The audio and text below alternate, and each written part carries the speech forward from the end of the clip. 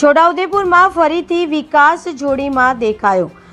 નલિયાબારીની પ્રસૃતાને જોડીમાં ઉચકીને 1 કિલોમીટર લઈ જવાઈ દુગ્ધા પ્રાથમિક આરોગ્ય કેન્દ્ર ખાતે પ્રસૃતિ થતાં એક બાળકને જન્મ આપ્યો। છોટાઉદેપુર જિલ્લાના અંતરિયાળ વિસ્તારમાં ફરીથી વિકાસ જોડીમાં જોવા મળ્યો હતો।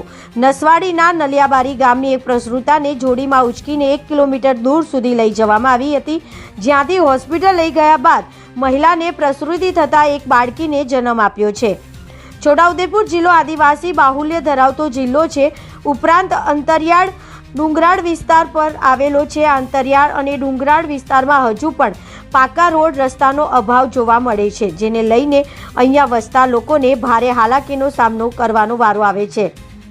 નસવાડી તાલુકાના કુંડા ગામના નલિયાબારી ફળિયાની એક પ્રસૃતા મહિલા જીવલીબેન ખુજલાભાઈ ભીલને ચોથી વખત ગર્ભવતી હતા, જેઓને આજે સવારે લગભગ 9 વાગે પ્રસૃતિની પીડા ઉપડી હતી, જેથી પરિવારજનો પ્રસૃતાને લઈને જવા માટે કપડાની ઝોલી બનાવી ચાલતા નીકળ્યા હતા। 1 કિલોમીટર દૂર નિશાન સુધી કાચા રસ્તા સુધી લઈ ગયા હતા, બાદ એક ખાનગી ગાડીમાં પાકા રસ્તા સુધી લઈ ગયા હતા। ત્યાંથી 108 મારફતે દુગ્ધા સામૂહિક આરોગ્ય કેન્દ્ર ખાતે ખસેડવામાં આવ્યા હતા, જ્યાં લગભગ 4 વાગ્યાના અરસામાં મહિલાને પ્રસૃતિ થઈ હતી અને એક બાળકીને જન્મ આપ્યો હતો।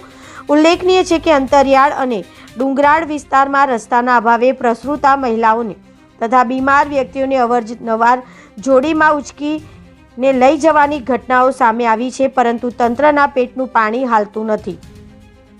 1.5 વર્ષ પહેલા 1 ઓક્ટોબર 2024ના રોજ તુરખેડા ખાતે પણ એક મહિલાને જોડીમાં ઉચકીને લઈ જતા રસ્તામાં પ્રસૃતિ થઈ હતી। બાળકને જન્મ આપીને મહિલાનું મોત નીપજ્યું હતું। આ મામલે ગુજરાત હાઈકોર્ટ સુએ મોટો લઈને તંત્રને જવાબ માંગ્યો હતો અને તાત્કાલિક રસ્તો મંજૂર કરવામાં આવ્યો હતો, પરંતુ હજુ પણ ત્યાં રસ્તો બન્યો નથી, જેથી છોટાઉદેપુર જિલ્લાનું તંત્ર વહેલી તકે અંતરિયાળ અને ડુંગરાળ વિસ્તારમાં પાકા રસ્તા બનાવે તેવી માંગ સ્થાનિક લોકો કરી રહ્યા છે।